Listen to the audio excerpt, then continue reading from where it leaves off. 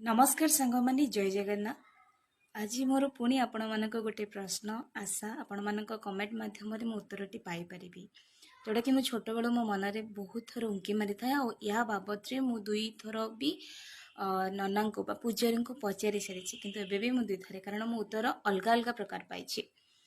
तो वर्तमान तो आपण मैंने समस्त जानते आश्विन मास कृष्ण पक्ष चली पक्षरे समस्त घरे पितृ मान पितृपुरुष मान पिंडदान कर श्राद्ध कर श्राद्धर मान मुझी जापर जहाँ श्रद्धार दान कर श्राद्ध आम मान घरे साधारणतः कौन हुए ना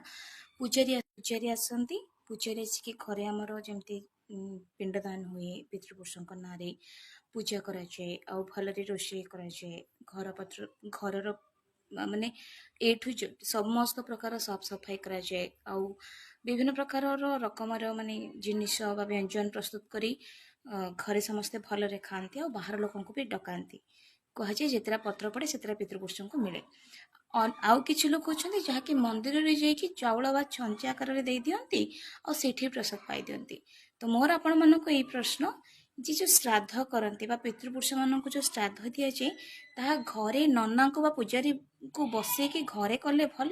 ना मंदिर में एमती छंचा आकार देले भल दयाकोरी जणेबे। धन्यवाद।